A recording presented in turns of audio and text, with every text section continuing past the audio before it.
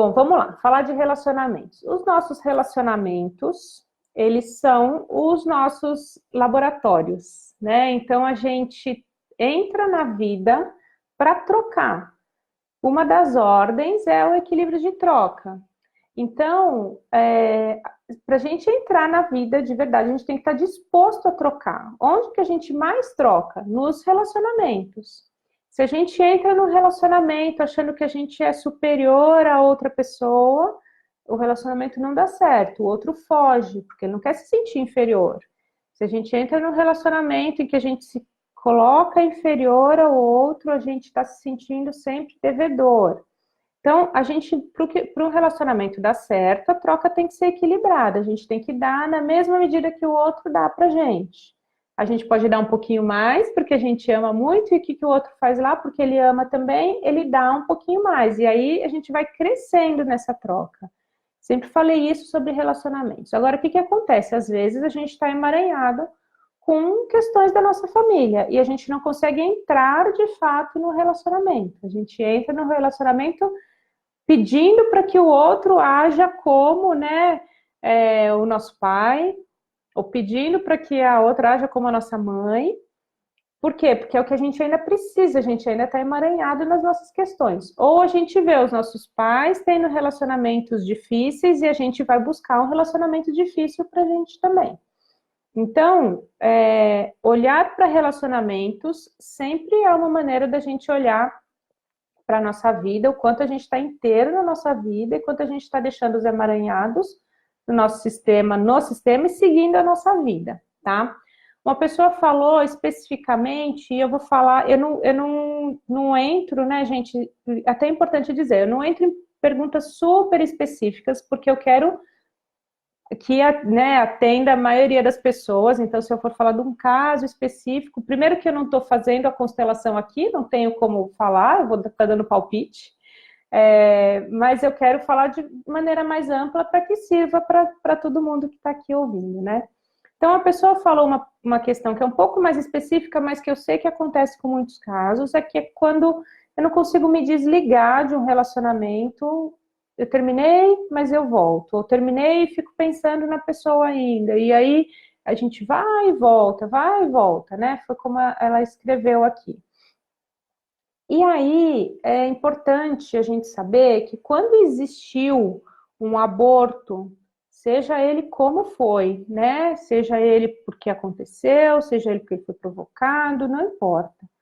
Quando existiu uma ligação tão profunda quanto a vida, que é a geração de uma vida, e que ela não teve continuidade, esse relacionamento, os dois precisam olhar para essa criança, precisam olhar para essa vida, precisam olhar para esse aborto. Se não existir esse olhar, esse casal não consegue se desligar, né? Imagina que a gente está, também já falei isso em outras situações, a gente está conectado com os outros por fiozinhos de energia, assim. Quando a gente encerra um relacionamento, a gente encerra um ciclo. A gente teve uma conexão profunda com alguém e a gente falou, poxa, que pena não deu certo, que pena não funcionou. Mas então agora o que eu vou fazer? Eu vou encerrar esse ciclo com respeito. Se eu não olho para as questões que existiram dentro desse relacionamento com respeito, eu não consigo encerrar esse ciclo. Eu continuo ligada a essa pessoa. Aí o que vai acontecer? Eu vou procurar outras que vão repetir a mesma experiência que eu tive. Isso é uma coisa. Outra coisa é que eu não consigo nem olhar para outras pessoas. Eu fico presa e vai e volta. Vai nesse relacionamento que nunca acaba. Então, especificamente, se existiu um aborto, se existiu a perda de uma criança, de uma gravidez, os dois precisam olhar com amor, sem julgamento. Lembra que eu estava falando agora há pouco, né? Quando eu olho, eu não escondo aquilo. Eu não me escondo desse tema, por mais difícil que seja, por mais arrependimento que eu tenha, né? O que a gente olha na constelação é olhar para o que é, não é julgar, é olhar para o que é. Existe essa situação. Quando eu olho sem julgamento, eu consigo trazer um novo significado. Eu consigo, né, dar um outro passo em direção à minha evolução. E eu também consigo trazer amor para esse olhar. E quando eu trago amor para esse olhar, então, aí eu consigo encerrar esse ciclo. Se não, não. Tá? Então, isso é respondendo essa pergunta aí, que é mais específica, mas que eu acho que é importante e ajuda muita gente, porque eu vejo muitas questões de relacionamento que não se terminam, não se encerram os ciclos por conta disso. Da gente não olhar para o que aconteceu e não encerrar com respeito. Outra coisa que acontece também, quando a gente não encerra esse ciclo com respeito, a gente fica ligado, e aí que acontece, os nossos filhos, outras pessoas que vêm depois, ou a gente está identificado com pessoas anteriores dos nossos pais, ou os nossos filhos estão identificados com pessoas anteriores dos nossos relacionamentos. Então, quando a gente encerra o ciclo, ninguém precisa representar ninguém que foi excluído. Lembra que eu falei, né? A primeira ordem do direito de pertencer. Se eu excluo alguém, não quero nem ver essa pessoa na minha frente, não quero, né, dar lugar a essa pessoa. O que vai acontecer? Eu estou excluindo, eu estou indo contra uma ordem, que é do direito de pertencer, então significa que alguém no meu sistema vai fazer o papel dessa pessoa que foi excluída, para trazê-la de volta, porque ela tem o direito de pertencer, tá? Então, de novo, encerrando com respeito, com amor, os ciclos, a gente consegue viver a nossa vida também livre desses emaranhados. Uma outra pergunta. Sugiro falar de constelação de uma empresa. O que constelar? Seria o lado financeiro? Então, a gente pode constelar o lado financeiro de uma empresa, a gente pode constelar qualquer questão de uma empresa.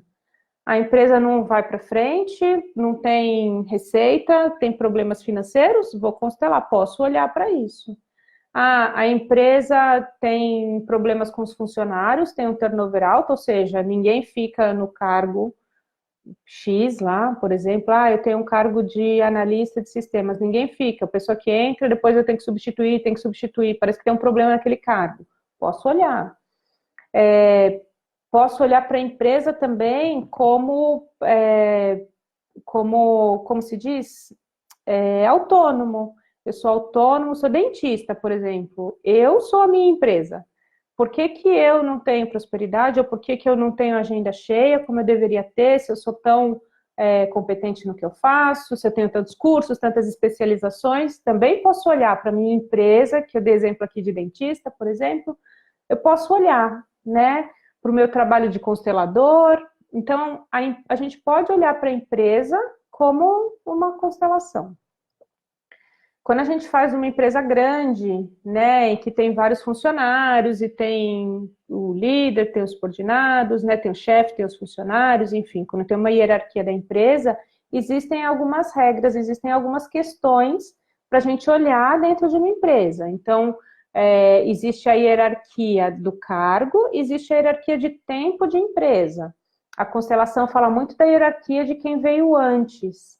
Então, quem veio antes é maior do que quem está lá, só que existe a hierarquia da empresa, do organograma da empresa. Então, essas coisas as duas precisam conversar de maneira que mesmo quem veio antes, que pode ter uma hierarquia inferior dentro do organograma da empresa, ela tem voz, ela sabe mais da cultura da empresa, ela precisa ser ouvida do que quem chegou depois.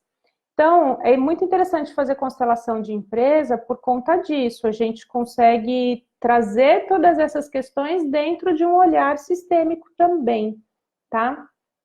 Um dos módulos do curso, do programa Constelação na Prática, fala especificamente sobre constelações empresariais, que é a gente poder trabalhar com a constelação dentro das empresas. É um trabalho muito bonito, muito profundo também. E, de novo, a gente tem que respeitar algumas questões aí dentro. A gente não pode, quando for fazer uma constelação, se for fazer em grupo, por exemplo, eu não posso colocar o líder com os subordinados, porque pode ser que entre algumas questões pessoais e aí aquilo vai dar uma bagunçada. Enfim, a gente tem que conhecer bastante, mas dá para fazer um trabalho com a empresa, um trabalho sistêmico, é muito bonito e, de novo, tudo que a gente faz a constelação é muito profundo, tá? Muito interessante.